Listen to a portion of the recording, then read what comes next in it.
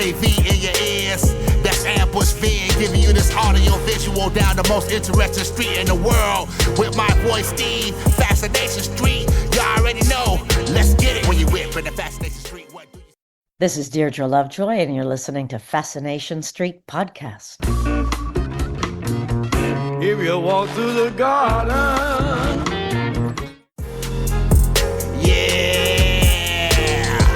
AV in your ears, that's ambush being giving you this audio visual down the most interesting street in the world. With my voice, Steve, Fascination Street. You already know, let's get it. When you whip in the Fascination Street, what do you... Welcome back, Streetwalkers. This episode is with Deirdre Lovejoy. Dee.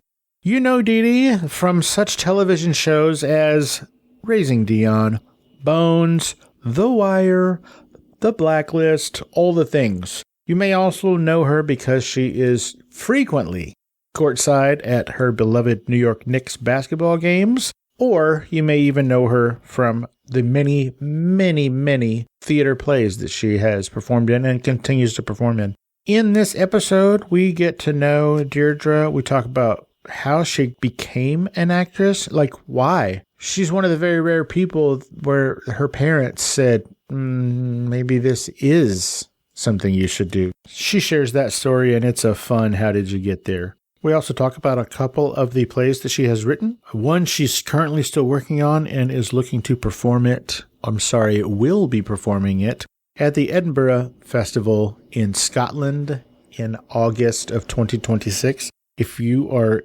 anywhere near there, go check that out. If not, well, then wait till she comes back to New York because she's going to put it up at a local playhouse there as well. Dee's pretty open and vulnerable in this episode. She shares stories of some traumas that have happened to her physically. And most importantly, Dee shares some insights and some behind the scenes about what it's like to be a woman working in the business. We talk about the energy dynamics of male and female led casts and writers' rooms. We talk about some of the audition processes and how they have changed over the last 4 years. As I mentioned, Deirdre is in Raising Dion, which, as you all know, is one of my favorite shows. That show is amazing. If you haven't checked it out, make sure you go check it out. And of course, we talk a little bit about how she came to be part of what is universally agreed upon as the greatest television show ever, and that is The Wire. And this is my conversation with Deirdre Lovejoy. Dee. Prepare to be fascinated. Prepare to be fascinated. Prepare to be fascinated. Welcome to Fascination Street Podcast. Deirdre Lovejoy, how you doing today? I am fantastic. Thanks for asking, Steve. You? Oh my God, I'm so excited. You are an icon, and I am so thankful that I get to talk to you today. Thank you for spending this time. Can I call you Dee? Please do. Most people do. Now I feel like we're friends. I'm going to tell everybody. She said I could call her Dee. So actually, the way that I found you is, I guess we both followed George Hahn, and you're probably actually friends with him, whereas I'm not. I am, yes. I only know him through one of his really good friends and just an acquaintance of mine, Titus Welliver. Oh, yeah, of course, yes. Oh, I love that guy. Yeah. Those two dudes, they just tear up the town and get into a bunch of mischief together. So anyway, Deirdre, what I like to do, Dee, is I like to start from the beginning. It helps us understand how the guests got from where they were to where they are. So where were you born and raised? Where'd you grow up? I was born in Abilene, Texas. Hey, that's a real place. It is a real place. And I didn't stay there long. My father, who I had a passing acquaintance with, was in the Air Force. And so I was born on the Air Force Base in Abilene. Stayed there only until I was, I think, 1. Moved to Connecticut, moved to Pittsburgh, eventually wound up in Indiana, where I spent the bulk of my time growing up. My mother, who was from Montclair, New Jersey, used to do community theater in Elkhart, Indiana, where we sort of got stuck. And my mother wound up having really lovely career as a newspaper editor, but always wanted to be an actor. So she did community theater, and somebody had to watch the kids. So I would come with her and watch her do plays. In fact, she claimed that I caught the bug as a baby because she was rehearsing some musical, The Boyfriend, in somewhere in Oklahoma, kept my little bassinet under the piano while they were rehearsing. So I don't know what kind of magic she thinks happened there. Anyways, Well, didn't it start before that when she named you after a play? she did name me after a play. She named me after an Irish play. I just went to Ireland a couple of months ago for the first time. I never knew I was Irish. As I said, I didn't really know my lineage at all or the family history. And 23andMe told me that I'm 60% Irish. So this summer I went to Ireland and drove across did the cliffs, did the middle, drove across, went to Dublin. It was lovely. And my people are there. Lovejoy is an Irish name? Lovejoy is actually an English name, but Deirdre is a very Irish name, and it's from a play called Deirdre of the Sorrows, which is a John Synge play, or Sing, however you say it, Synge. And when I was going to get my equity card, I thought I should probably just keep the name Dee Lovejoy. It's a nice kind of riff to it. And she was like, I named you Deirdre Lovejoy because it would look good in lights. Did she say it like that? No. Impersonation. That was Lauren Bacall or something. I don't know who that was. But anyway, yes, right from the get-go, I was trapped. In fact, I had the only parent, I think, in the universe that I wanted to be a veterinarian. And I came home in 7th grade with my first algebra test, and it was a, fail. Must have been a D or an F, because my brain doesn't like math. And instead of saying, let's get a tutor or something, she said, oh, well, there, you can't be a veterinarian. Now you can't do math. You're going to have to be an actress. The opposite of most people's experiences, I think. Maybe she just didn't want to pay for vet school. Maybe that too. But here we are many years later, and I'm still not a veterinarian. I do have a dog. Have you ever played a veterinarian? I have not. Weird. Bucket list. I've played lots of doctors, lawyers, judges, detectives, etc., but lots and lots of lawyers. So again, the way I got to New York is from Indiana. I went to a great little school called the University of Evansville, Indiana, which has a stellar theater program now. It was in its fledgling stages then. And then from there, I went to NYU grad school, and here we are. Tish, yeah. My wife actually built a psychiatric hospital in Evanston, Indiana. Evanston, right? Is near Chicago. Evansville. Where's Newburgh? Is it in Newburgh is right next to Evansville. Okay, so it's actually in Newburgh. So yeah, my wife Get out. With her bare hands, she went over and built a hospital over there. Well, that Newburgh is beautiful. Everyone in Evansville wants to live in Newburgh. Sure. Yeah. It's like everybody in Rahway wants to live in New York. Do they? As a recent Brooklyn transplant, I lived in Manhattan for 40 years, 40. And last year, this is a trigger warning for listeners about an injury I sustained. Oh, I can't wait. I was going to ask about this. I'm so excited. Okay.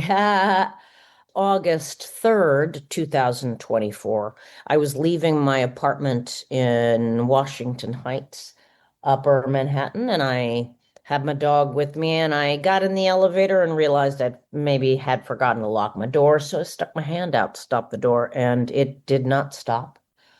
The elevator door closed on my wrist and proceeded to take me down 6 flights with my hand outside of the car and me inside of the car. It took 40 seconds because it was an old elevator, clearly. I, on every floor, almost lost my hand. The caveat to that story is I had been praying actively for about a week for a sign from the universe as to whether I would re-sign my lease or if I should move to Brooklyn. Why Brooklyn? Brooklyn because I had been dating a lovely person who lived in Brooklyn. And I had been to see her many times and kind of fell in love with the neighborhood. I really actually fell in love with the sky. And I was so traumatized by this incident. And by the way, my first words after seeing that my hand was mostly still attached, my first words as I went out of the elevator with my hand in the air to, hopefully go to a hospital, I screamed at my dog walker who happened to be there waiting at the bottom because they had heard the commotion. I have to start rehearsals for a play in a month. Actors, Oh my gosh. I'm going to be ready for that rehearsal in a month. So I rehearsed this play at Playwrights Horizons in Midtown with my traumatic injury. And that was enough to convince me that maybe it was time for a little change. So I moved to Brooklyn, and I have to say, I've really enjoyed the sky. I enjoy watching the city recede. And it actually has inspired a play that I'm writing, that I'm producing at the Fringe Festival next year. Working title, well, it's got so many working titles, but the current one today is Trauma Nova. Trauma Nova? Trauma Nova. I really feel like my energetic disconnection from Manhattan was important for me at this time in my life. Why? Well, I think if you've been in one place for many decades, you develop a sort of auto response with that place. And it was only interrupting the cycle of me being on that rock, the rock being Manhattan, every single day. I had to make a change to realize what that was costing me. And it was costing me a lot of energetic negotiating that I didn't wish to do anymore. So, as you know, Manhattan is very intense, and you can't work in Midtown Manhattan for months and months without girding your loins, just as some people experience, oh my God, so many people, so much noise, so many cars, so many, you know, I had to unhook from that to sort of even be able to begin to process what I was doing to myself emotionally to survive that on a daily basis, which was great in my 20s, 30s, even my 40s, possibly my 50s. But now I can choose differently. And so I have embraced the Brooklyn that I have moved to. It reminds me, actually, truth be told, Brooklyn is like Manhattan 40 years ago to me. Mom and pop stores, cobblers and grocery stores and mom and pop shops and, you know, nothing. I mean, downtown, there's a little corporate America, but it's not on the corporate capitalist fast track that Manhattan is. And I love that about Brooklyn. And it's been a process. I don't know it well. And now I'm, you know, getting lost on trains and things like that. I have to look for subway entrances. It's a whole new ballgame, but I'm spiritually very much at home in terms of the vibe here. So it's been good. Yeah. So sort of an unplugging? Unplugging, yeah. And refocusing of how I spend my energy, you know. Do you feel like that has maybe fulfilled the need that you didn't know you were looking for? Like, do you think it's working? Like that you're unplugging and you're enjoying yourself more? I absolutely 100% know that's true. My recovery from this accident has transformed me entirely. I am not the person I was 2 or 3 years ago, for sure. Do you think most of that is because of the traumatic aspect of everything that happened and all of the resulting surgeries? Or do you think it's mostly because you moved away and unplugged, got out of the city? I don't think those two things can be separated. The recovery from that kind of trauma is threefold. It's spiritual, mental, and physical.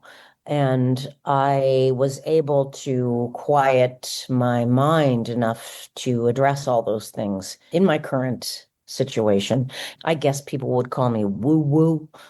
I have spent a lot of time in the last 2 years trying to actively sort of deconstruct the patriarchal belief system that was installed in me. And I have attempted to get to know myself and learn what makes Dee tick, and not what Dee is told she should do by, you know, whatever belief system I had going on in the past. It's a lot of information for you, Steve, and I guess you asked. I did ask. If I've got off the rails, you'll pull me back.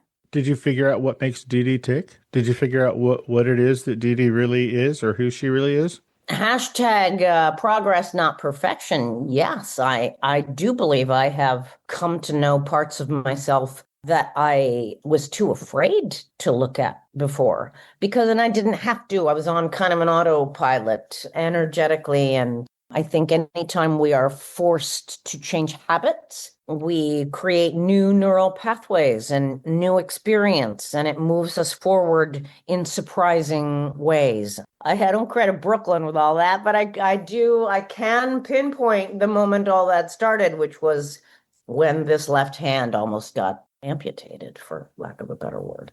How is your hand these days? It's good. It's still attached, which is my main thing. It looks, you would never ever tell anything had happened to it if you just look at it. The surgeon who did my stitched me up did such a beautiful work, and she was a third-year resident. Oh, wow. I keep meaning to go back and look at my medical records to find out her name, to thank her. I got to do that. You do have to do that. I was in the hospital sitting there with my hand in its state, and I was in quite a bit of pain. And I see the two doctors at the foot of my bed, and they're discussing very, very sort of conspiratorially. And one of them finally stops and pulls down her mask a little bit and says, "Are you the gravedigger?" I said, "Yes, I am. Will that give me more drugs?" I love it. And then I heard the guy from the back who was on the screen typing go, "Yeah, she was on the wire too." And I know one goes, "Oh, on the Blacklist." I was like, okay, I'm okay. But I choose to believe that they would have treated me fairly either way, but somebody recognized me. I choose to believe. Yeah. I love that so much. Hey, Streetwalkers, here's a word from our sponsors. Killers don't just take lives, they reshape everything they left behind. A quiet back road, a busy stretch of highway, a house that once felt safe, now a shrine to everything that went wrong. Across Texas, deserts, fields, and bayous keep their secrets buried, but not forever. From the creators of Gone Cold comes Of Hell, Texas True Crime, a podcast about the state's most depraved killers and the scars they left on every town, every family, every mile marker they touched.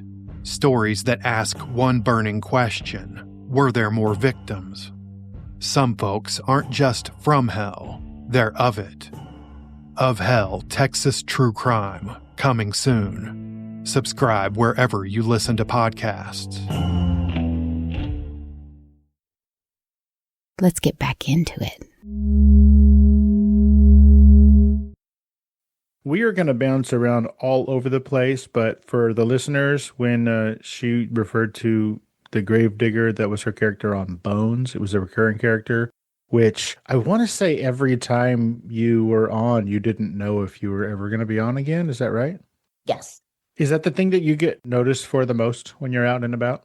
I think probably I get noticed the most for the Blacklist and The Wire. The Wire has had such an incredible afterlife. Sometimes people recognize me and sometimes they don't. I mean, I'm significant.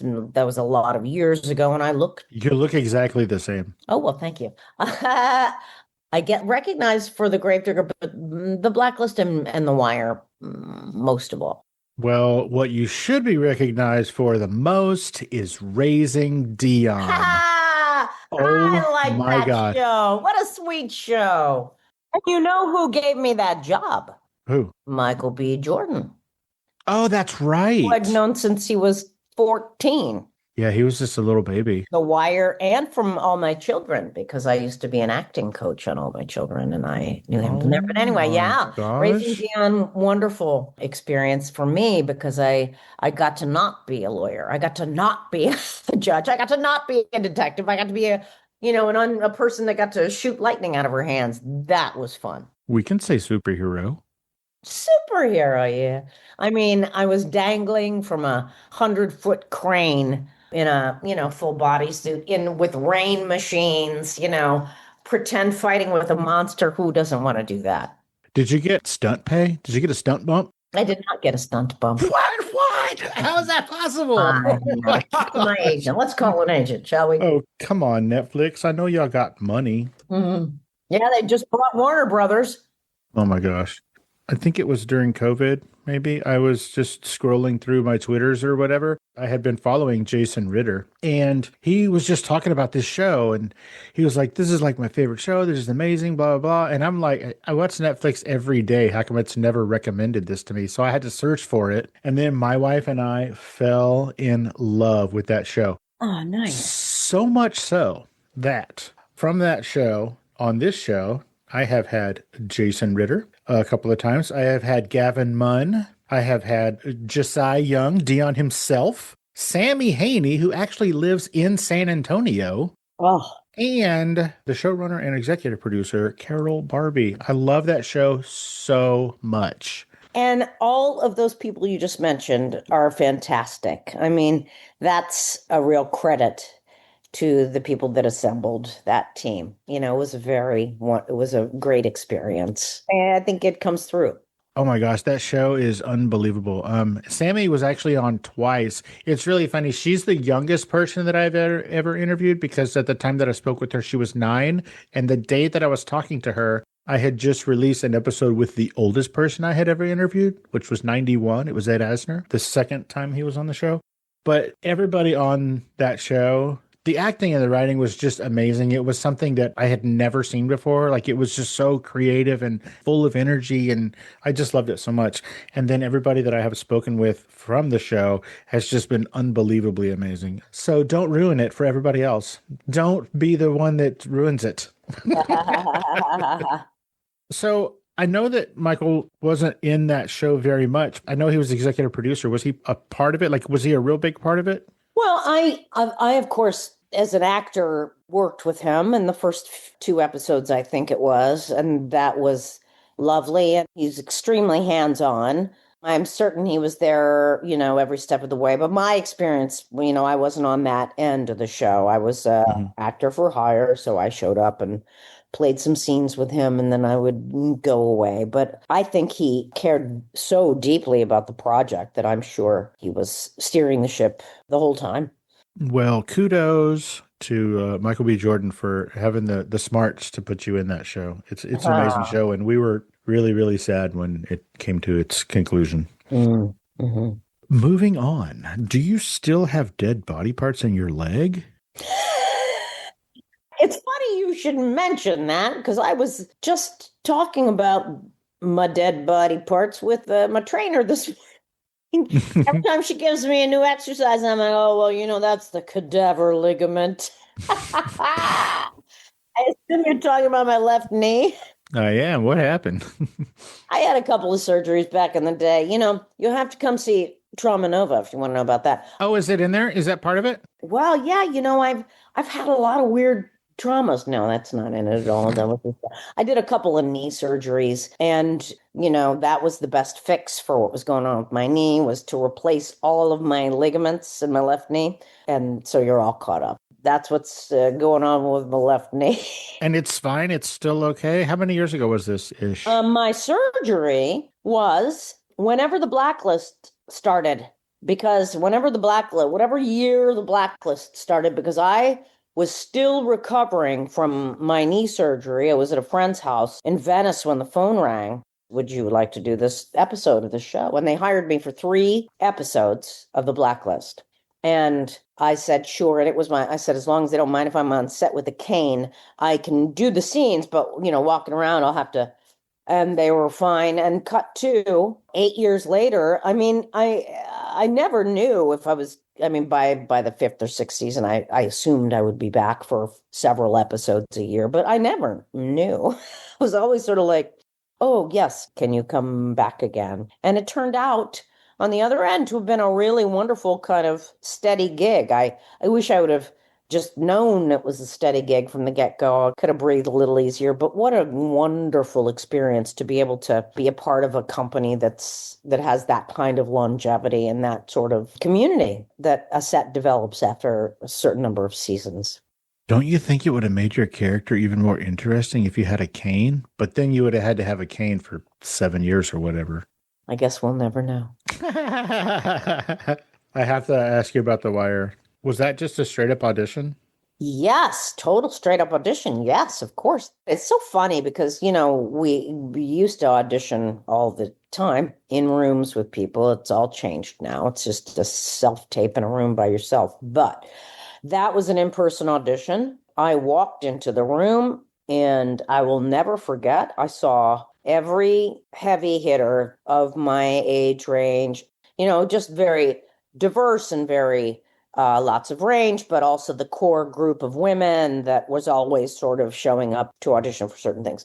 And I thought, oh, jeez, I'm just, you know what? There is not a chance in hell that this one is booking the person that might even be a love interest on this HBO show when there's only really two female characters. I just went in and auditioned. I was trying to quit smoking at the time, so my patch was showing. I met a class. And then I got a call back, and I did the call back, and then I received a job offer, and you could have knocked me over with a feather. I mean, you really could have. I consider myself just very, very lucky. Right place, right time. And next time, and the lesson from that is never talk yourself out of anything, because you don't know. You do not know what they are thinking when you walk into any room. So don't talk yourself out of it before you step through the door. So when you walked in, like before your audition, when you were sitting there waiting with the other ladies, is that when you talked yourself out of it? Depends on what you mean by that. What I sussed out from the room is, oh, there's no way in hell I'm going to get this. Let's just go have fun. Okay, so that's why I asked, because from all of the actors that I have talked to and some of the directors I've talked to, that seems to be the secret sauce. If you need the job, if you're desperate to get the job, like if you're going to not make your rent tomorrow, then there's this desperation that for some reason shows in your audition. But if you walk in and you're like, well, I'm not getting this, so I might as well just do what I do and get back to my macaroni and cheese, then that's when everybody like gets the job they never thought they were going to get. It's because they had already decided, well, I'm not going to get this, so I might as well just have fun. Right. Well, it goes, the mental gymnastics that actors have to perform, myriad. The mental gymnastics we all perform to get through a day are, I'm only speaking for myself. I have to address what's going on up here quite frequently. And attitude and expectation as an actor are important components of how you are perceived when you walk into a room. I think there is great validity to what you just laid out, which is the energetic difference between desperation and joy. I would not pretend to ascribe a feeling to someone else about auditioning for a role, but for me, I've done it so many times now since then that it's not the first place I go anymore, which is great progress and great rewiring. Now I'm like, why not me? Why not me? And that's freeing for me. That wouldn't work for somebody else, but it works for me. And for many, many years, I think I did myself an incredible disservice by collapsing into a negative mindset that immediately I would get an appointment and then come up with all the reasons why I wasn't going to go my way. That makes sense. Yeah. Again, with The Wire, I had AX Foster, on the show. He is a former senior assistant state's attorney for the great state of Maryland, and he had written a couple of crime thriller books, and that's mostly what we talked about. But when I asked him what it was like to be a senior state's attorney in Maryland, he referred to your character on The Wire. He said, have you ever seen The Wire? And I said, absolutely. He said, that young lady, I think her character's name was Rhonda. She portrayed it perfectly. That's exactly what it's like. Not every day is like that, but when the days are like that, they're like that. So good job. Thank you. I appreciate that very much. Tell me about Bird, Elephant, China.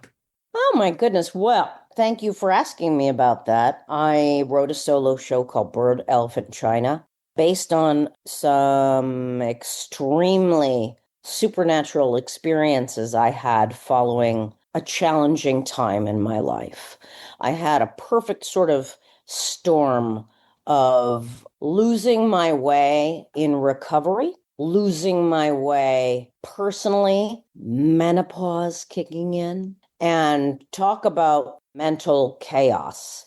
By the end of 2009, I was waking up in hospitals all over Los Angeles, I'd be like, how did I get here eventually when I could talk? And they would say, you were found on the floor of your house. You were having a seizure. So 7 or 8 paramedic trips to my house later, I'm fully hospitalized. I can no longer really walk due to balance issues. I couldn't talk. And we moved me back home to Indiana so my mom could take care of me. And we didn't know if Dee Dee was coming back. Flash forward a day at a time, just kept waking up. And eventually my speech returned. I was on lots of different medications, anti-seizure, anti-anxiety, antidepressant. And I spent the next several years sort of trying to navigate my way out of that. And Bird Elephant China is the story of what happened to get me in that situation and where I actually went when I was spasming in my bed for all those months, which is I was visited by shaman. I was visited by guides. I had an extremely clear and specific experience of that time when if you looked at me, you would see a person just lying in the bed, kind of sleeping and spasming a lot. And if you flip that on your head, what I was experiencing was an electromagnetic storm in my body, unlike anything I had ever had in my conscious life. And when I was spasming, I was trying to shake the electricity. Like if you have a cramp, sometimes you shake your. That's Bird Elephant China, very intense. But it's interesting, the whole seizure conversation, because I performed that play never in a run. I've only done a few public readings of that play. And it's shocking how many people have had stress-related seizure disorders. I can't even tell you. I did a reading at Chautauqua as a artists community in upstate New York, and every summer the Chautauqua, there's a theater company, there's a symphony, there's an opera, there's all sorts of things that happen. And so there was a group of doctors that happened to be in the house that night, like 10 of them. And one of them said, this should be required reading for every resident to know what's going on the inside of that experience. And person after person coming up saying, I had seizures here and here and here, caused by this and this and this, I think, but nobody would ever know. I was never even properly diagnosed with, or officially diagnosed with epilepsy. I had grand mal seizures while hooked up to their little skull cap thing. So they documented that. At first, they thought the seizures were psychogenic, which means it's all in your head, sweetie. But they were actual grand mal seizures. Now they call them something else. I can't remember. You'll forgive me. This brain has been through a lot. That is what Bird Elephant China speaks to. And I'm currently writing my second solo piece, which I mentioned before with my funny working titles. But it actually revisits the meeting of my guides, the experience of being so deep inside and trying to figure out how to communicate that once I was back in this reality. And the elevator accident was sort of a tipping point for me. So my experience with trauma has been very unique. My experience with trauma has been the primary catalyst for my spiritual upleveling at every major juncture in my life. And so there is something for me to explore there. And I think it actually, based on my other experience, can be very, very helpful for anyone who has experienced trauma and is attempting to recover from that, because the brain is the final frontier. Brain and the ocean. The brain and the ocean and the moon are the final frontiers for us. There is not a cohesive language for dealing with PTSD. There is not a clear protocol for each person. Everybody is different. Everybody is wired differently. Everyone is steering their own ship, finding the way that they navigate their trauma differently. So this piece I am performing at the Fringe Festival in Scotland, Edinburgh, Scotland, next August, for the month of August, will address my particular experience with negotiating trauma. And for me, you want the elevator pitch? Sure. my only way out, my Deirdre Lovejoy's only way through the kind of epic trauma that this body has taken has been a spiritual solution. After, of course, we go to the doctor for antibiotics, and we go to the doctor to make sure the bones are not still crushed and they're healing properly. But the action of my soul has been spiritual to recover from all of the ways that trauma affects you. I'm an actor. I've read 1,000,000 times in a script, and I've had to do it, I think, on several television shows. She wakes up. She sits bolt right up in the middle of the bed, in the middle of the night in the bed, sweating and panting. She's back at the scene of the trauma. Well, I've done that on screen. I have never had it happen to me the way it had. I had a barrage of that post-elevator accident in a way that I didn't understand. I couldn't understand why I would see somebody hold their arm out to stop the subway door, and I would be a screaming, crying puddle in the corner just from witnessing that gesture. People are always running their bodies into elevators, trying to stop the door. It's better, so much better now, so beautifully healing, but still in process. I can watch that happen and not have a traumatic experience now.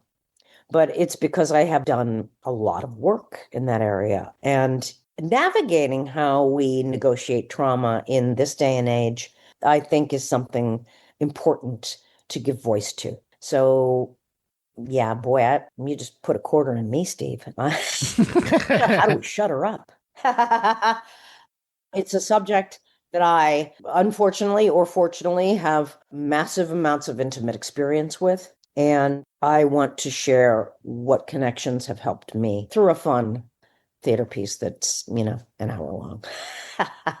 So this is Trauma Nova that you're going to perform in Edinburgh next year? Yes, correct. And you haven't even finished it yet, but you already have a book? Well, yes. I have a partner who has a theater company that she just started called Spirit Freak. And Spirit Freak is producing a play written by Joy Dauncey called Misfortunes of a Spy and Her Mystic. And I am performing today's working title, Trauma Nova, together for a month at the Fringe. And then I will bring it back to New York and I will produce it here somewhere. Spirit Freak will produce it here somewhere. The international experience at the Fringe is unparalleled. I was just there seeing a friend in a show.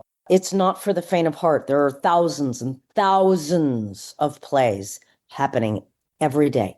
3,000 plays a day. Venues everywhere. By the time you leave the Fringe in Edinburgh, you get into a cab and you expect a theater company to pop up and do a play in your cab on the way to the airport. And I think there is a taxi cab player situation that does that actually. But anyway, the play will be worked on up until next August. That's amazing. It should be no surprise that I'm working on it. I'll be working on it until I'm not. So. Hey, Streetwalkers, here's a word from our sponsors. Warning. Not listening to Fascination Street podcast may cause unexpected side effects. Side effects may include sudden fits of boredom, irrational curiosity about everything you missed, the inability to name your favorite podcast interview, spontaneous ignorance of obscure celebrity stories, talking to coworkers about nothing because you didn't hear the latest episode. Other symptoms may include excessive use of the phrase, "Wait, what happened?" Chronic seriousness with no trace of laughter or delight, unexplainable urge to scroll aimlessly instead of being entertained. In rare cases, not listening may lead to wandering aimlessly through podcast apps, overexposure to true crime reruns, and thinking you're cooler than you actually are. If you find yourself experiencing any of these symptoms, stop what you're doing immediately and download Fascination Street Podcast. Ask your podcaster if Fascination Street Podcast is right for you. Spoiler alert, it is. Let's get back into it. Can you tell me the difference in the energy and the dynamics of an all-female writer's room or an all-female group of actors versus a co-ed one? I certainly can. I know you've done a few plays that were just women, and I think that you have commented once or twice that there is a difference. Can you tell me about the difference? Yes, of course. Well, Steve, you might be picking up some themes here, deconstructing the patriarchy, trying to figure out what I like. I've got a lot of decades under my belt and a lot of very specific experience. And I did a play called POTUS at Brookly Rep a couple of years ago, directed by Annie Tipp, who is a really wonderful director. And that was an all-female identifying cast and crew. I did then a subsequent production a few weeks later of POTUS at the Geffen in Los Angeles. All-female identifying crew and cast and immediate creative team. And when I tell you that those rooms hold an entirely different experience for the women, probably for the men too, but they weren't there. I don't know how I can emphasize enough how different it is. You know, culturally, we are conditioned to behave certain ways. It's just the way it is. And women are conditioned to defer to men, and men are conditioned to know that women defer to them, whether it's conscious or not. So even in an inclusive, loving, let's all go team together environment, just by virtue of the fact that there are male bodies in the room, the energy is shifted. There is a safety that exists when only female identifying people are in the room that I've experienced. This is my experience. Doesn't mean it's a fact. I don't speak for everyone. I'm just speaking for myself. The energy in an all-female run situation is entirely different. There's a kind of a safety. There's a kind of a shorthand. There's a kind of a caretaking. And there's a kind of expansive freedom that I have not experienced in other rooms that weren't comprised that way. So it's palpable. It's valuable. And I think it's a very incredible experience for actors to have at least once in their life. And thank you for that question, because I really, in speaking to you now, realize that I really wish to articulate clearly what that difference is for myself so that I can communicate it more fully. But I hope that addresses or makes sense in terms of your question. It absolutely did, and thank you for that. I appreciate it. Yeah. You've done so much, and you have had so many experiences that this is just flying by. I want to talk about basketball. You're a huge New York Knicks fan. It was just a game on Sunday. I know. Big shout out to the celebrity guest relations people at Madison Square Garden. Thanks, Morgan. Thanks, Freya. Freya's no longer there, but I love the experience of going to Knicks games. I love Madison Square Garden. There's no place like it in the world, and I especially love Jalen Brunson. I think they are gods. They are superhuman, those players. It's awe-inspiring to be so close to them. The finest of the fine. I mean, it's mind-boggling. What all of those people, I mean, from the cheerleaders to they're all perfect too. But there's something about the energy in the Garden that is absolutely contagious. It's inspiring. And the Knicks are doing okay this year, which is good. I have an actual game-worn jersey from the short period of time where Penny Hardaway was a New York Knick. And it looks like on them, they look like regular shirts or regular clothes. I put that thing on and it goes down to my knees. I'm just like, how tall is this guy? What's going on? One time a ball came to me at the sideline. I was under the basket and the ball came to me and I caught it and the player walked over to me to get it. And my experience, well, this isn't a visual podcast, but my experience of handing it back to him was sort of like reaching up to the heavens, and he reached down and said, "Thank you, ma'am." And his whole hand, just one hand, took the ball. I was like, crazy. So now that you live in Brooklyn, are you going to be a Brooklyn Nets fan? Well, I would entertain some Nets visits, but I experience a pretty doggone sweet situation at Madison Square Garden, and I don't know that the Nets are offering that to anyone. So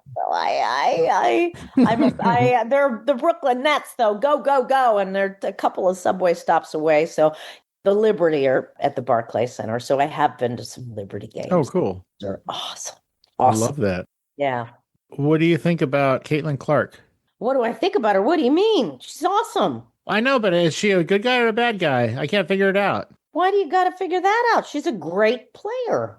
Okay, good. Because I think she is breaking all the records and she's doing amazing, but I do too. Depending on who you talk to, they either love her or they hate her, and I can't figure out why. You know what? That's interesting. I I don't know what she does personally. I imagine people are responding to something, some social media, something. I don't know anything about that, but I will respond to her playing ability, which is she's great. You know what I mean? She's a huge reason why a lot of people watch. Yeah. She's like the Michael Jordan of female basketball, and I think that's awesome. Besides the one with Kara Sedgwick over the prosthetic covered dead body of a child, what is the weirdest on-set selfie you've ever taken? You snatched that one out for me. That I know the picture that you're thinking of. It's a good picture, isn't it? It's a great one. I don't know. I don't know how I would talk. You know what? I don't know if I'm allowed to talk, but I bet who cares? I just did a few episodes of this show right here. I'm not even going to say what it is. I think I'm allowed to say I did a few episodes of that show, and I took a selfie with let's just say a wrapped up body double in a bag standing next to me. That one was, yeah, that's the one that comes to mind. But I would have selected the autopsy on my son shot for sure. Absolutely. That was such a weird one. My wife and I loved that show too. The Closer. That was a great show, The Closer, yeah. I got to interview the guy who played the psychiatrist, Bill Brocktrop. I got to interview him over at Antias Theater because he was like the theater director. Anyway, it was a really fun experience for me just being a bozo kid from San Antonio to go hang out and talk to all these people in LA, and he was one of the ones who agreed to do it. That show was amazing and we loved it, and your turn on it was just breathtaking and bonkers nuts. So the show that we're not going to name, do you know what network it's on? The one for the shirt you're wearing, the hoodie? Oh, BET and Amazon Prime. Okay, and you're in season 2? Yes. All right, cool. Do you still have to audition? I mean, you're you. All the time. Why? Are you kidding? Yeah, all the time. Yes. Why aren't you offer only? Yeah, because I want to work, Steve. That's why. Yeah, it's I sometimes I get offers, but all my work this year has been straight up booked from self-tapes in my little room over here. I will be appearing in season 2 of Daredevil Born Again. That was very fun. Do you get to be a superhero? I do not. Oh, no. Are you a lawyer? There are plenty of superheroes involved. So, just because I might not be one shouldn't stop anyone. Nice of you to, if anyone is listening, I would accept an offer. But, you never know. Sometimes the phone rings, and, but on the daily, I'm just showing up and doing what everybody else is doing. You're doing a lot of self-tapes. Are you still doing any in-person auditions? Are they still doing that? In-person auditions are extremely rare and mostly for the theater. I've had some in-person auditions this year, but all of it is... No, I had one audition for a TV show that was at CBS. And we had more fun than one should be allowed to have in an audition, because I walked in, there was Jackie Hoffman, there was, Johanna Day, there was, all the same, we all travel in a pack, right? We used to socialize at auditions. Well, we don't get to do that anymore. So the in-person auditions, even though they're rare, are very much appreciated, because it's, I don't know, the alchemy in a live room is different than sending in a tape. Much prefer live auditions for the theater. After 4 years of doing self-tapes or whatever, though, however long it's been, now I actually prefer the self-tape for theater and film, because I can do it until I get it the way I like it. Right. It's always a bit of a balancing act in regards to that. So, well, that makes sense. Deirdre, where can people find you on the social medias? On the Insta, kind of about it. I am on TikTok and stuff, but just for my own scrolling. But my Instagram handle is at D Lovejoy. Just the 2 letters, D and D. Just the 2 letters, at D Lovejoy. That's correct. My website is DeirdreLovejoy.com if anybody wants to know what's going on. Where would people go? Which one of those or both would they go to find out when you're going to be doing a play, or when you get back from Edinburgh and you're... Both, but always go to Instagram first, always, for the most up-to-date information, for sure. Instagram, yeah. And all of the listeners who are going to be at the Edinburgh Festival next year. Yes. Oh my gosh, I want reports. I want all the listeners to just call me and tell me how this was. Hopefully it'll still be called Trauma Nova. That'd be cool. What do you think? You like that title? I do. I think it's pretty dope. Would you go see that play, Steve? I absolutely would. Even if Yeah? you weren't in it, I would go see a play named Really? Trauma Nova. Yeah, I would. I like that title a lot. I like it. Thank you. Those two words have very specific and powerful meanings. And I think that if you put those together, it can't not be an extraordinary experience. Like I'm just so jealous that I'm not going to be going to Scotland. Well, don't worry. You'll catch the tour. I'll catch it on tour. I love it.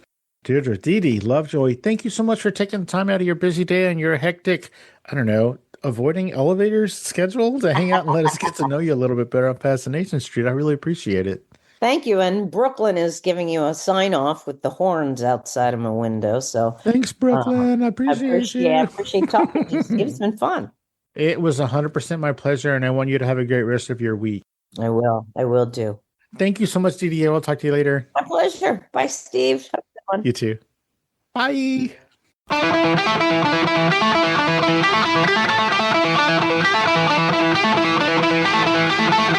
Opening music is the song FSP Theme, written, performed, and provided by Ambush Ven. Closing music is from the song Say My Name off the 2021 album Underdog Anthems, used with permission from Jax Hollow. If you like the show, tell a friend. Subscribe and rate and review the show on iTunes and wherever else you download podcasts. Don't forget to subscribe to my YouTube channel. All the episodes are available there as well. Check me out on Vero at Fascination Street Pod and TikTok at Fascination Street Pod. And again, thanks for listening.